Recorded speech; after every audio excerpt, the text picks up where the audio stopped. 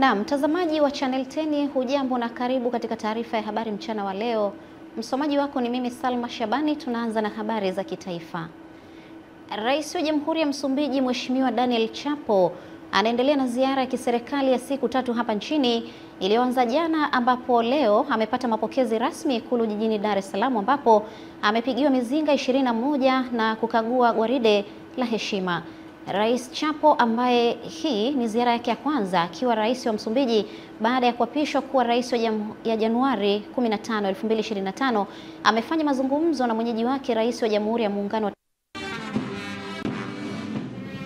Rais Chapo, ambaye hii ni ziara yake ya kwanza akiwa rais wa Msumbiji baada ya kuapishwa kuwa rais mnamo Januari 15 mwaka huu 2025, amefanya mazungumzo na mwenyeji wake ambaye ni rais wa Jamhuri ya Muungano wa Tanzania Mheshimiwa Daktari Samia Suluhu Hassan, ambapo baadaye walitarajiwa kushuhudia uwekaji saini mikataba na hati za makubaliano katika sekta mbalimbali kwa ajili ya kuimarisha ushirikiano.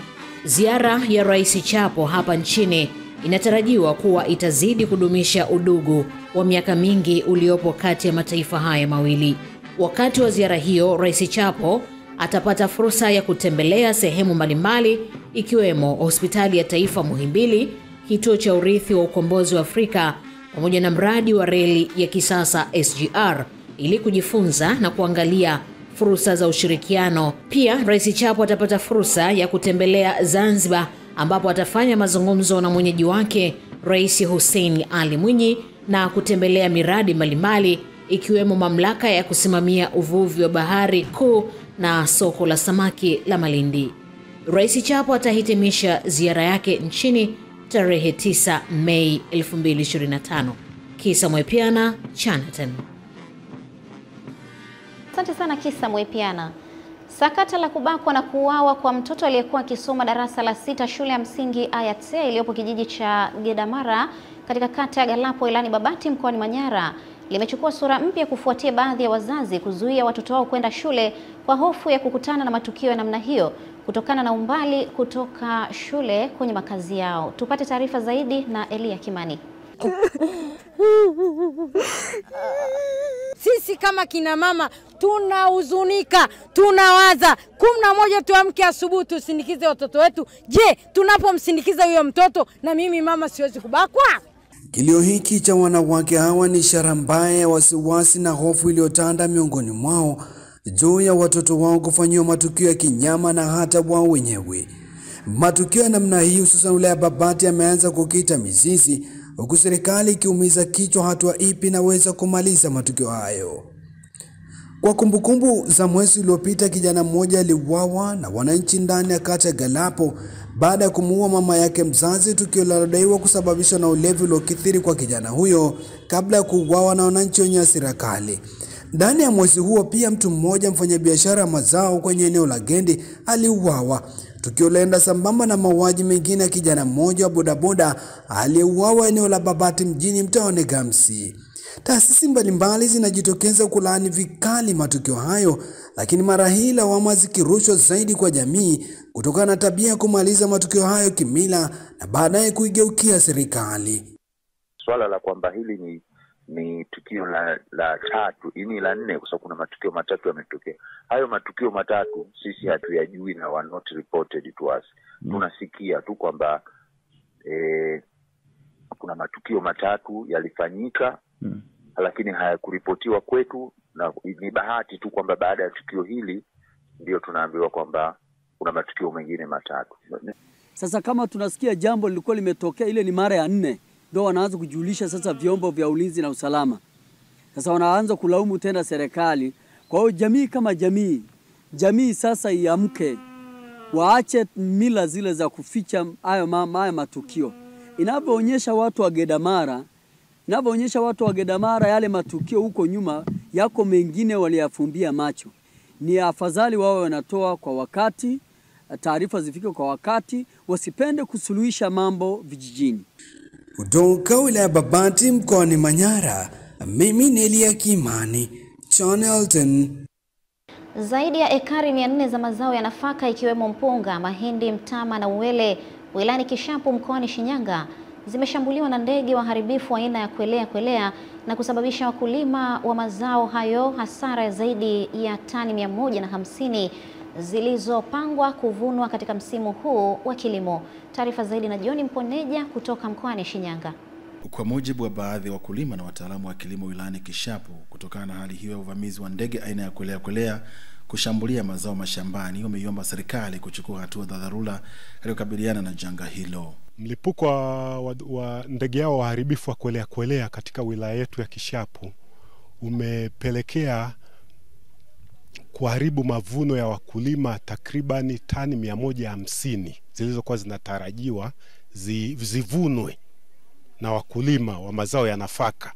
Naomba serikali yetu tulivu iweke jitihada kwa kiasi kikubwa ili kuangamiza hawa ndege, kwa sababu ndege hawa wanatusababishia sisi changamoto kubwa sana. Hoja hiyo ikaibuka katika kikao cha baraza la madiwani cha kawaida cha robo ya 3 cha halmashauri hiyo, ambapo diwani wa kata ya Seke Bugoro Ferdinand Mpogomi akawasilisha hoja kuiomba Wizara ya Kilimo kuleta ndege ya kunyunyizia dawa za kuua ndege hawa waharibifu. Tani zilizoteketezwa na hawa ndege ni tani nyingi sana, kiasi kwamba taifa linapata shida ya kupata chakula tena, lakini kisababishi ni hawa kwelea. Kwa hiyo tuliomba kwamba baraza lako tukufu litoe tamko rasmi la kuomba kwamba pindi muda unapofika ndege hii isiwe inachelewa.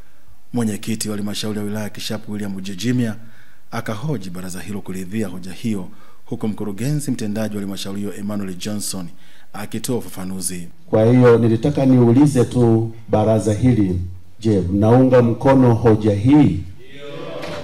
Asanteni sana kwa hoja hii. Nataka nitoe ufafanuzi kama ifuatavyo. Kwanza, ni dhahiri na inafahamika kwamba kwelea ni ndege wanaojitokeza kwa msimu. Kwa hiyo tunaunga mkono kwamba tunapotoa taarifa kwa mamlaka, tungependa kuona ndege ile inapatikana kwa haraka. Kwa hiyo niombe idara yetu ya kilimo muwe wepesi wa kupata taarifa kutoka kwa wananchi. John Mponeja, Channel 10, Shinyanga.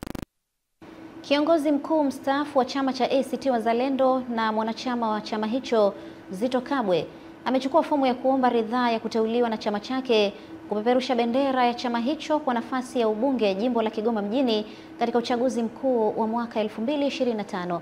Taarifa zaidi na Mwajabu Hoza kutoka Kigoma.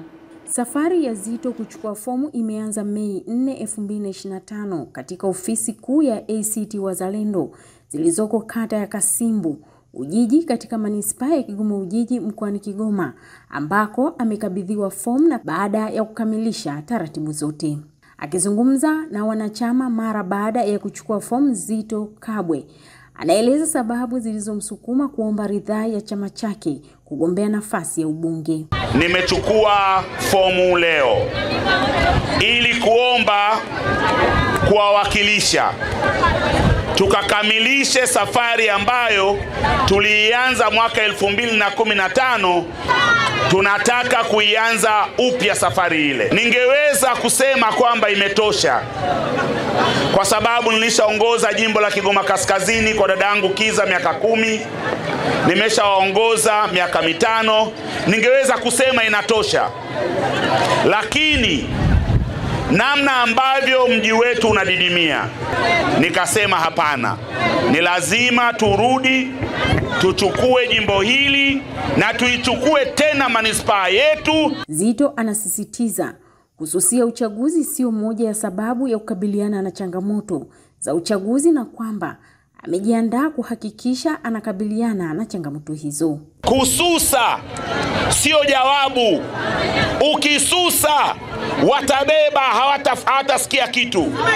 Lakini ukipambana unaweza ukaokoa na kulinda thamani ya kura, na hicho ndicho ambacho ACT Wazalendo tumeamua kufanya, na tunakwenda kupambana.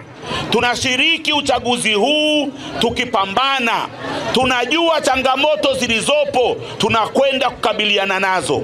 Mwajabu Hoza, Channel 10, Kigoma. Katika kuhakikisha walimu wa shule za msingi wanaimarika kwa ufundishaji, wa somo la Kiingereza, serikali kupitia mpango wa mafunzo endelevu ya walimu kazini MEWAKA inaendelea kuwanoa walimu kote nchini. Henry Kavirondo kutoka Mwanza anaarifu zaidi. Mafunzo haya yanayoendeshwa katika shule ya msingi Sahara jijini Mwanza yamewakutanisha walimu 40 ambapo 10 ni kutoka shule za mchepuo wa Kiingereza na 30 ni kutoka shule za Swahili medium. Msimamizi mkuu wa mafunzo haya Musa Lambwe, ambaye ni afisa elimu wa shule za awali na msingi jijini hapa, amesisitiza umuhimu wa kushirikisha walimu kwa vitendo ili kuleta matokeo chanya. Safari hii tumekuja na somo la Kiingereza. Tuko katika utaratibu ule wa kuendelea kujenga misingi thabiti ya elimu kwa watoto wetu ili ikiwezekana wafike mbali kwenye elimu zao za juu.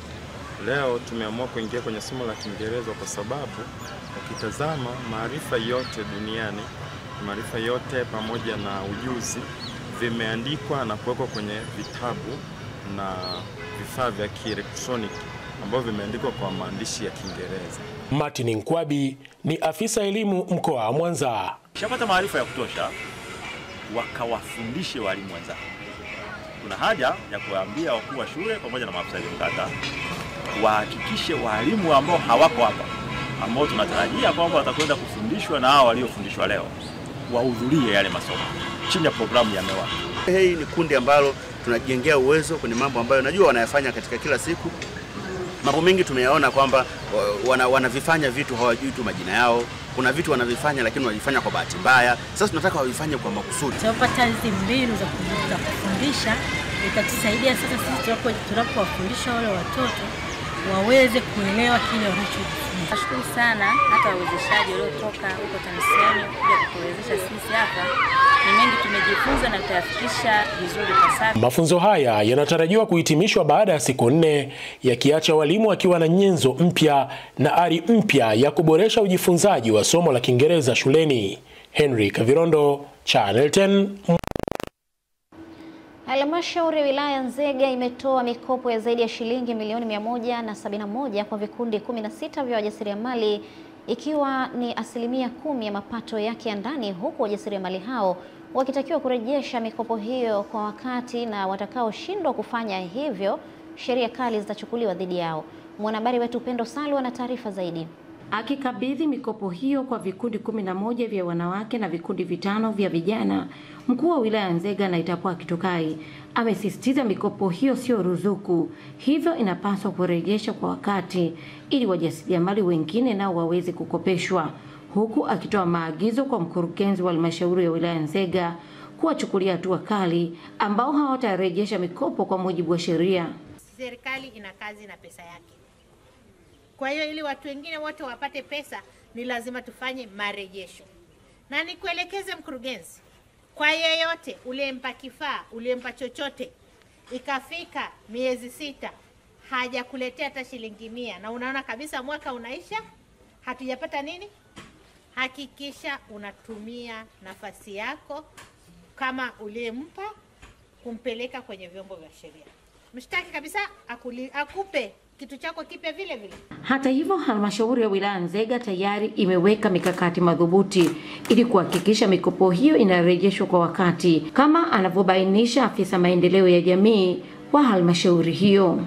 Vikundi 11 vya wanawake viliweza kupatiwa mikopo yenye thamani ya milioni 71,500 na vikundi 5 vya vijana viliidhinishwa kupewa mkopo wenye thamani ya shilingi milioni 100. Na vikundi hadi sasa vimesaini mikataba na halmashauri, mikataba ya kurejesha mikopo huo kwa kuzingatia kanuni za mikopo ya 10% za mwaka 2024.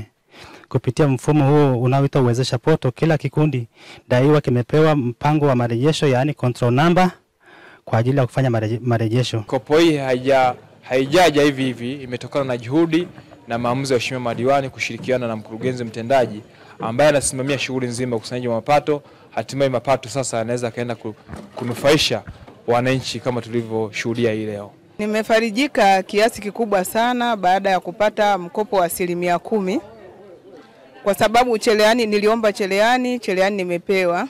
Nina mpango wa kuweka kiwanda ambao mkopo huu utanisaidia kusomesha watoto wangu, kufundisha jamii ili wawe na maendeleo zaidi. Kutoka Tabora, Pendo Salu, Channel 10.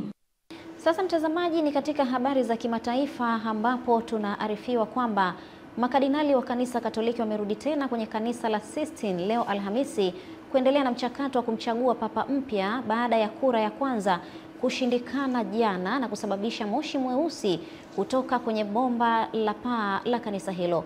Makardinali 133 wanaoshiriki kura hiyo wanahitaji kumpata mgombea atakayepata angalau kura 89 ili aweze kuwa papa wa 267. Ingawa matarajio yalikuwa kwamba mchakato huu ungefanyika haraka, sasa inatarajiwa kuchukua duru zaidi za upigaji kura. Katika historia ya karne moja iliyopita, uchaguzi wa papa umekuwa ukihitaji kati ya kura 3 hadi 14. Papa Francis alichaguliwa mwaka 2013 kupitia kura ya 5.